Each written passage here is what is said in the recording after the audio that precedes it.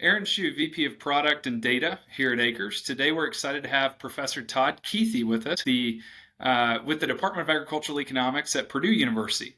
Todd is joining us for an expert interview to discuss how Purdue uses market research and data to support research at Purdue, primarily in the land value space.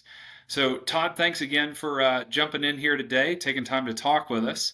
Would you start out just telling us a little bit more about your career, your current role at Purdue, and the region that you work in?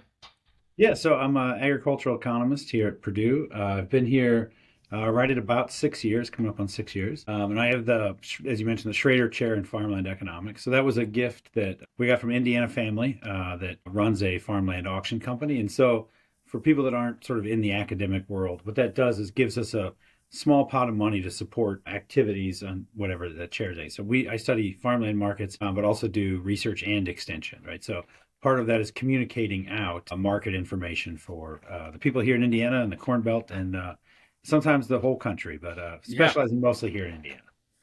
that's great. Yeah, thanks for diving in on that and sharing more about that Schrader chair role. That's a pretty exciting role to have and very impactful, I'm sure, both as a researcher, but also on that extension front.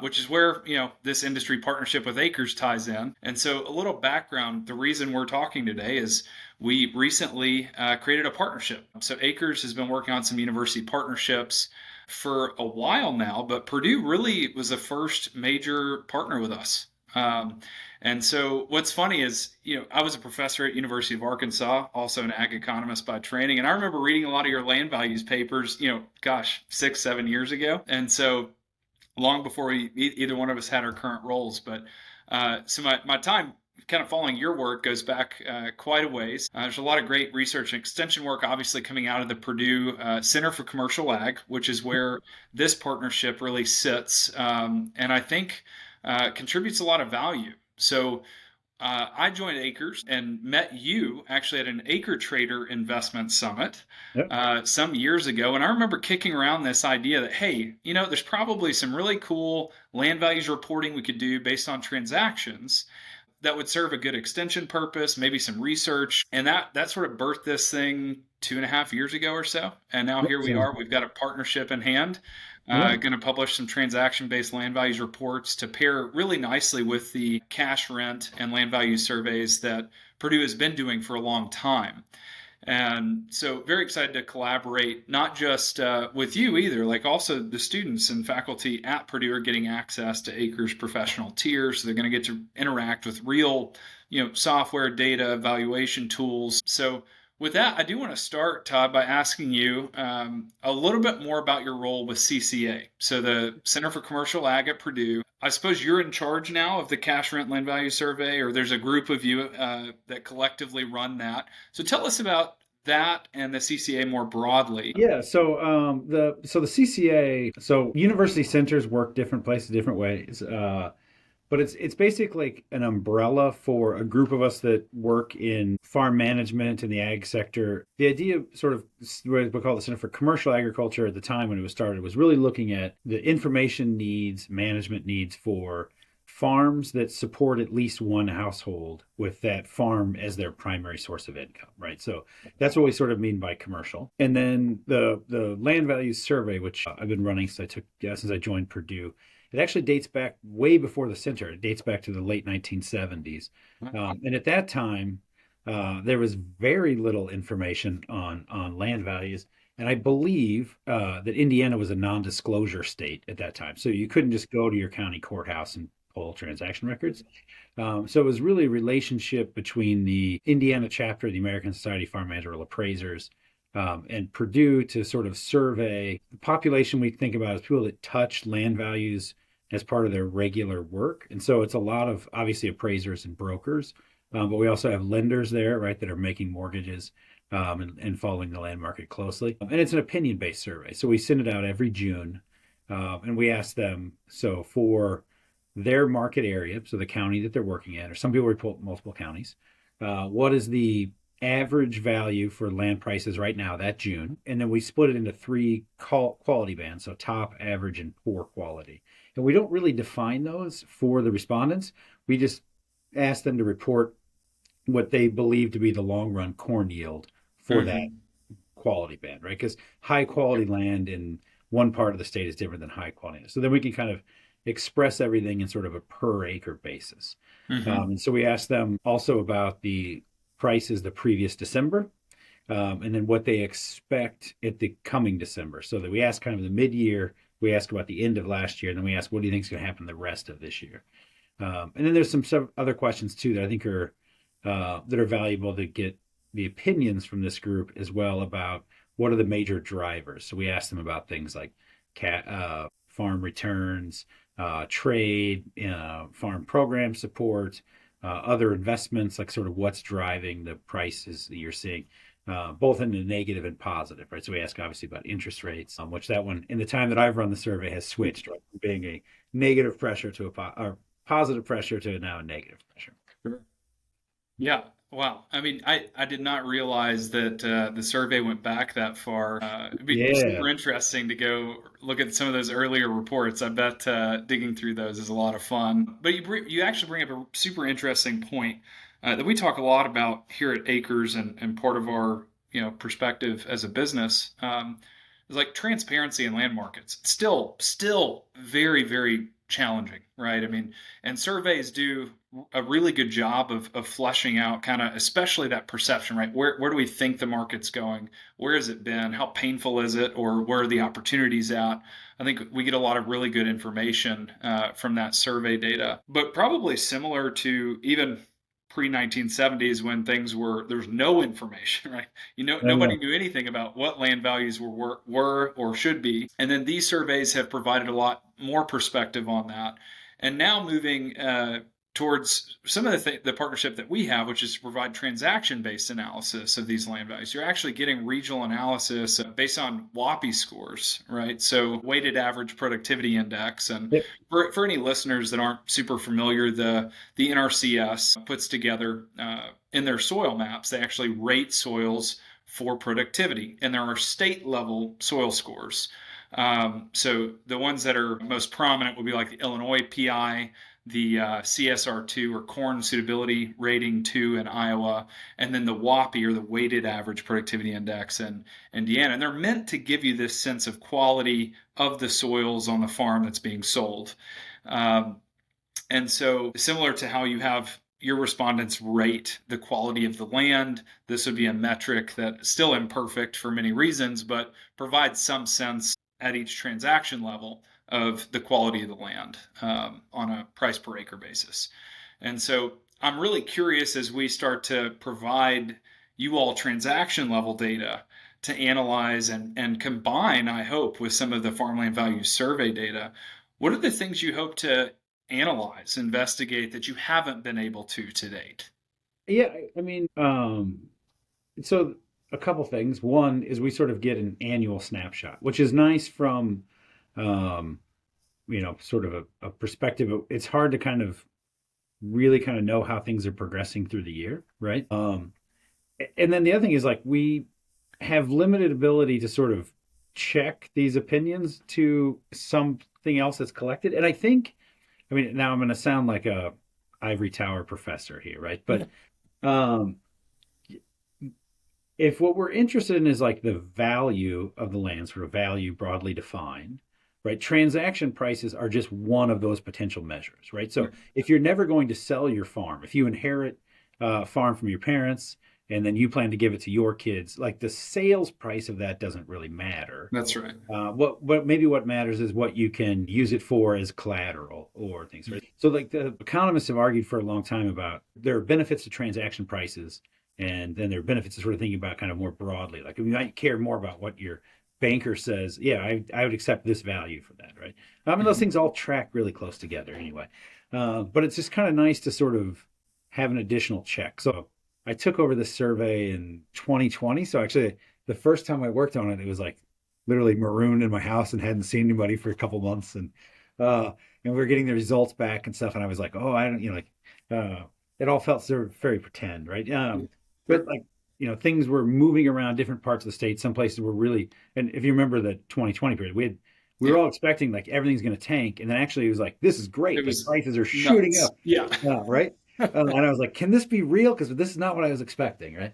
But then, and since that time, we've had places that have sort of kind of come back towards where we were a little bit. We have places that sort of continue to kind of keep that elevated pace. And then, like the transaction data that you've been sharing with us, looking at the county level, like, oh, this actually matches what we're seeing at the survey. Sure. And particularly like with the survey, we can't get, I'll get emails once in a while from people that, find my email at Purdue, and they'll say like, oh, can you tell me for like this part of my county what the price has been, for the last, 30 years every Right. month or something. I'm like, I don't have that ability. We do sort of 6 defined market regions because it's just a collection of, let's say, 12 counties, right? And Sure. if there's not a lot of transactions, like, how confident should I be in Hmm. that, right? And so sort of seeing in the real transactions value, like, oh, okay, well, actually it sort of matches where I thought. We're like, oh, this is going to be kind of a some things growing and some things shrinking, and then on average, it's growing by just a little bit, or places where it seems like, oh yeah, everything is sort of moving together in this region. So I guess it's just sort of a check for me.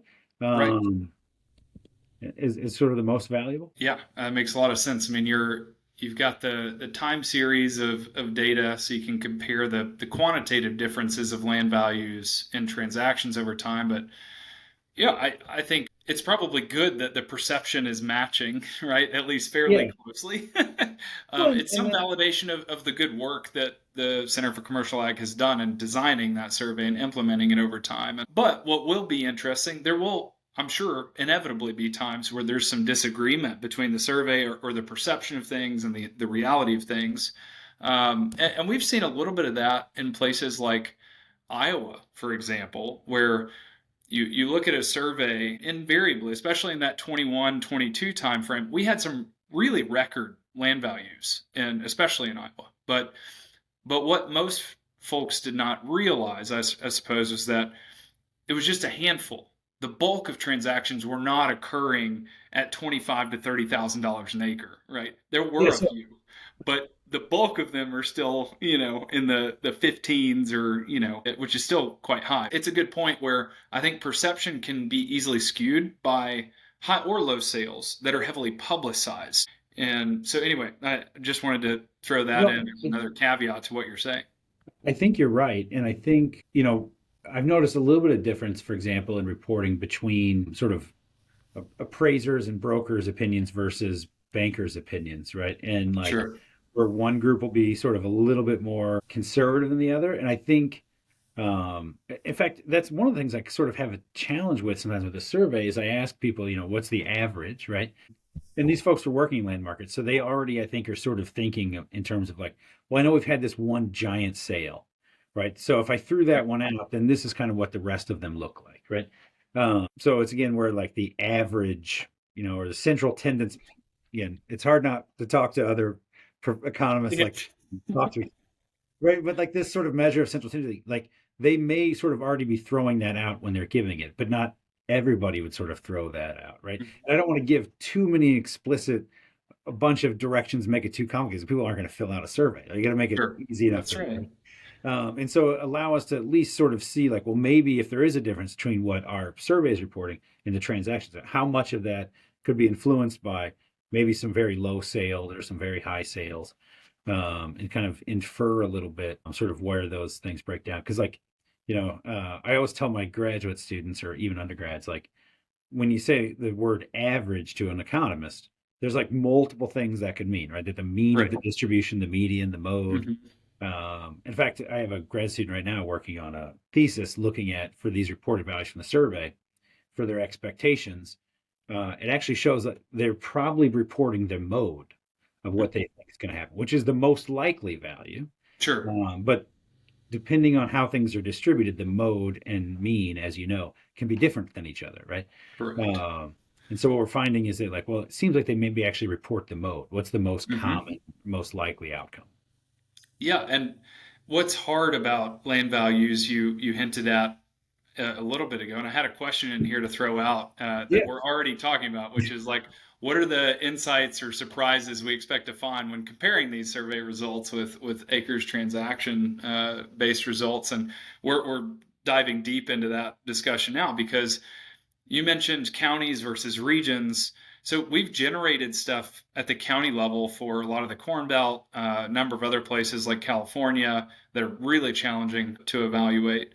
But the real issue, even at county level, there's not that much land turning over each year, right? So even with a transaction-based report, and that's back to the point of having some survey results as well. Sometimes there's only perceived value. If you've only got Yeah. three transactions in a county and one's really high because maybe a landowner next door really really wanted it, so they were willing to pay the high price to get a farm right next door. Another really low transaction occurred between family members, and then there was one that maybe would have hit what we would consider the average. Well, it's interesting you bring it up.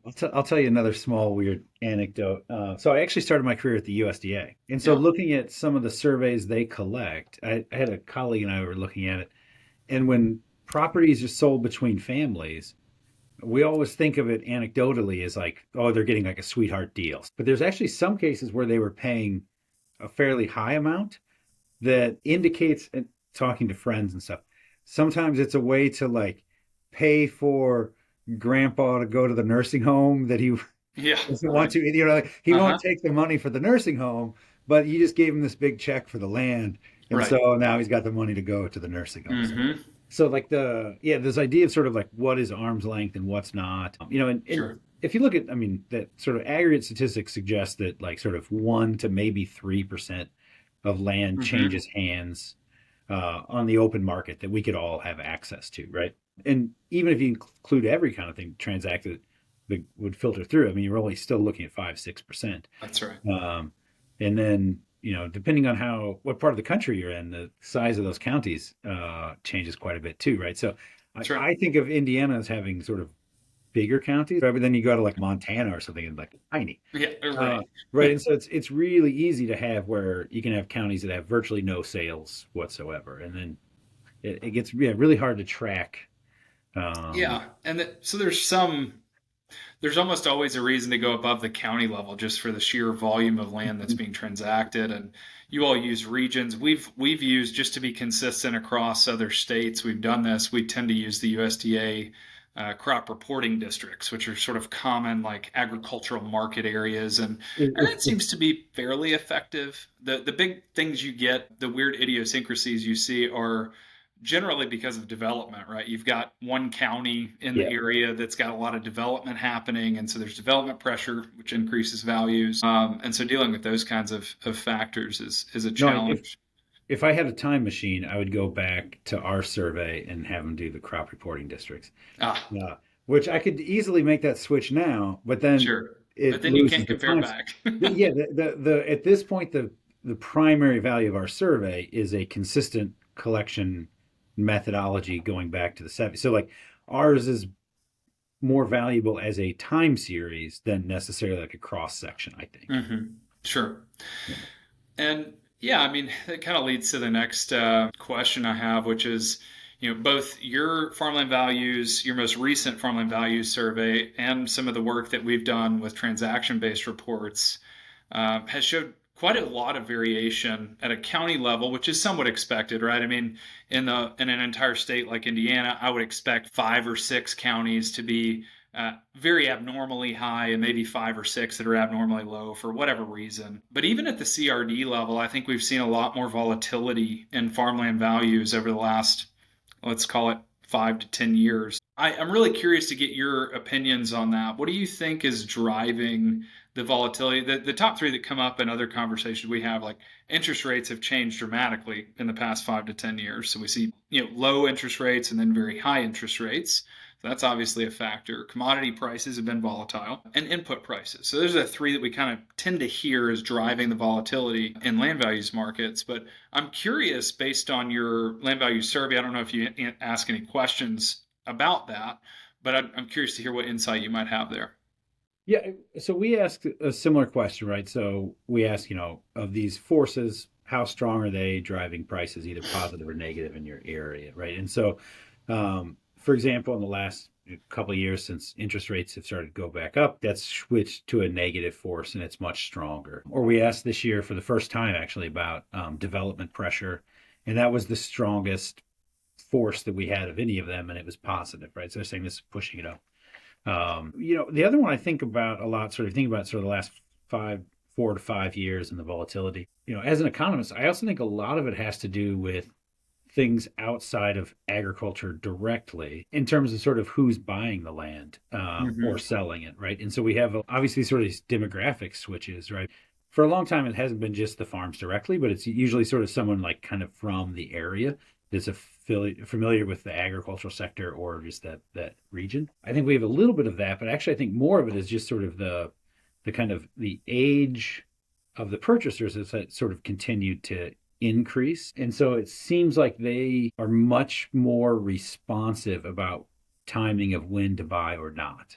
Hmm. And so it seems like a lot of it, I think, has to do with kind of the supply side in terms of when people are deciding to sell farms or not. There have been a couple times, in the last several years where we think we're going to see downward pressure. So people actually maybe don't put stuff for sale as much. That actually keeps prices up because the Right. supply is low, right? Sure. But I think a lot about demographics and sort of the aging of the baby boomers. There's a lot of now like sort of middle-aged millennials, right? Like that are sort Sure. of at the core of their work experience and then able to make investments and thinking about, we're only still, we're within 15 years or so of some millennials starting to retire. I think the demographic shifts and stuff, and sort of also where people are moving around the country. Right? Like obviously, I don't tell somebody in Northwest Arkansas about people moving into areas and how it affects land markets, but like I think a lot of that is happening. Like a lot of what we're seeing here in Indiana, the place we're seeing development pressure, it's a lot of times sort of this like kind of millennial generation, which is another sort of large population boom, sort of moving into the suburbs or sort of commuting distance. And so it's really sort of shifting a lot, I think, in terms of kind of where prices are interesting and active beyond just the Yep. agricultural sector, right? And then if we want to talk about rural, nothing's going on here but farming, then it's definitely, sort of farm driven. But I think if you look at sort of the land market across the country, I think the demographics and urban influence still is such a huge thing. Yeah, it's huge. It's a big influence. Urban counties and surrounding adjacent Well, and urban then counties. and It's now with infrastructure that we have and like remote work, there's a lot of people that sort of live in more sort of collar type areas where they'll still commute in, but they don't have to do it, every day. right. Well, what I love about this partnership is that we're building a foundation of something that I think will generate some great insights for landowners and farmers, producers across Indiana. But as we partner with both Purdue and other universities across the Corn Belt and beyond, I think hopefully we'll start to see some trends emerge that are important across the country. It's not just about there's certainly a lot of local variation in land values and what drives those, but I think we'll start to see some of these macro trends really picked up in the land values reports. Secession being uh, a key driver there. So beyond that, I am curious to hear what do you hope landowners and farmers take away from the insights we generate in these reports? If you had two or three things you hope people learn from these reports and can use them, what would those be? Well, I think I hate to sound too cliche all the time, right? But like we're in a much sort of data richer world than we ever have been, right? And it doesn't Hmm. seem like that's ever going to slow down. Hmm. The analogy I use when I talk like in the undergrad classroom is like if you watch sports broadcasts from just 5 years ago versus now, the amount of data and analysis. So I was just at the Purdue basketball game this last weekend, and they showed a map of the 3 point line where the paint was, and then they Right. had like every shot that particular players had and whether it went in or not. Right?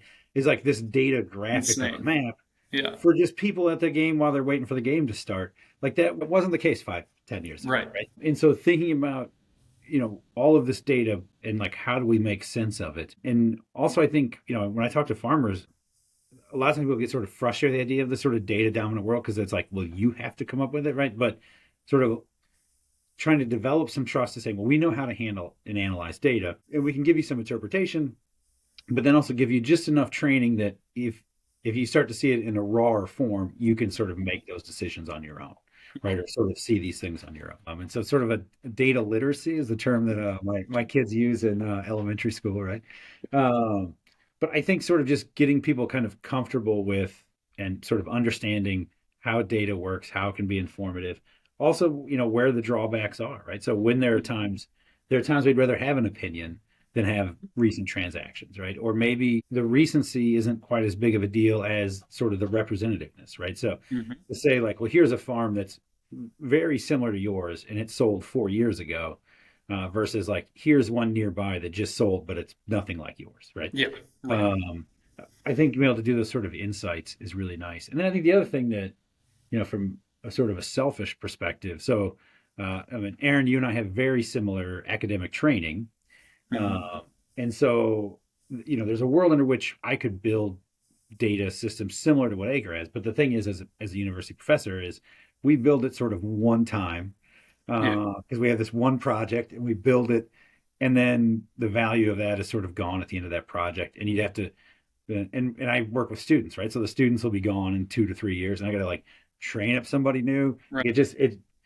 It makes it hard as a university professor to do too many things that will be sort of like Mhm. ongoing and updated relatively regularly without having to sort of retrain.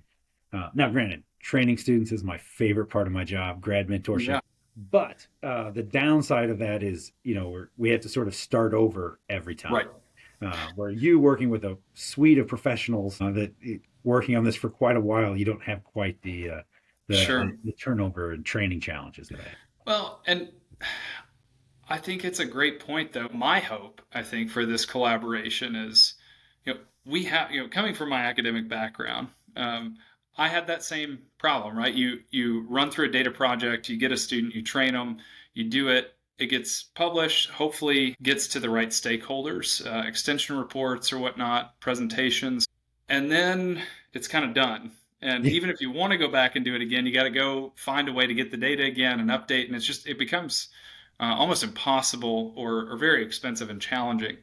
And so, but there's a lot of value in it. And so, providing regular land values updates as an example, and providing students good training that can be repeated in the future yep, with future students in less time, I think unlocks a lot of value for them. So, one of the things I am excited about is providing both the data summaries for transaction based analysis, but also access to the Acres platform itself, the ability to log into Acres and actually go do exactly what you mentioned a minute ago, which is, hey, what is a comparable sale?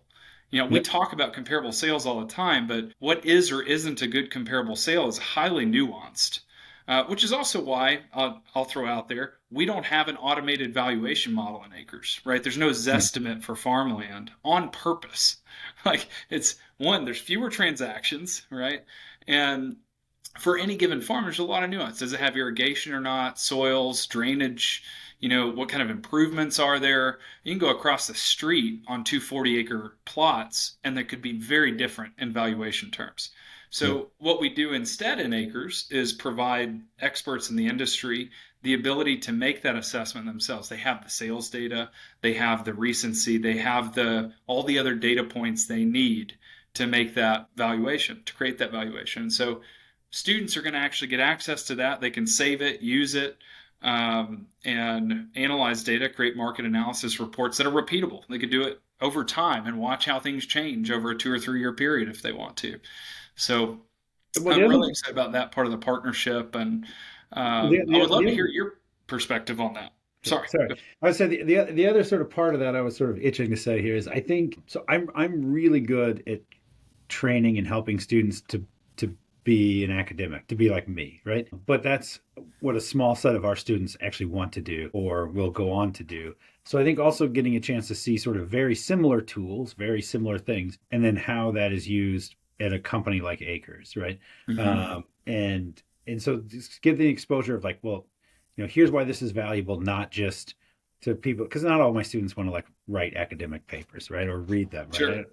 I don't blame them for that at all. Yeah. Uh, but it is my job to get them trained to do what it is they want to do, right? And so I think a lot of times these Hmm. sort of partnerships, it's also about being able to have, when I've got a great student that wants to do something, so call Aaron. Aaron will tell you exactly what he's looking for people that work for him, and then you can know Hmm. what skills to go get, right? And I think that's another really good thing with these sort of like university partnerships is creating that dialogue and giving students sort of a great place to connect, right? So kind of Hmm. unrelated project. I have one of my good friends who's an attorney, and every year I get a bright student or two that says they want to be an attorney, or And I said, well, here's an ag attorney I'm friends with. You can call him; he'll tell you whether or not you should, or if you're going to, here's what you should do. That's right. Right, and so that same sort of thing, right? We students now, it's crazy how many of them sort of come in wanting to do research, wanting to do data. I mean, I guess part of it is when my kids are in elementary school already doing sort of data analysis stuff, right? So they sort of come in informed. So I can tell them, here's how from an academic what we would want you to do.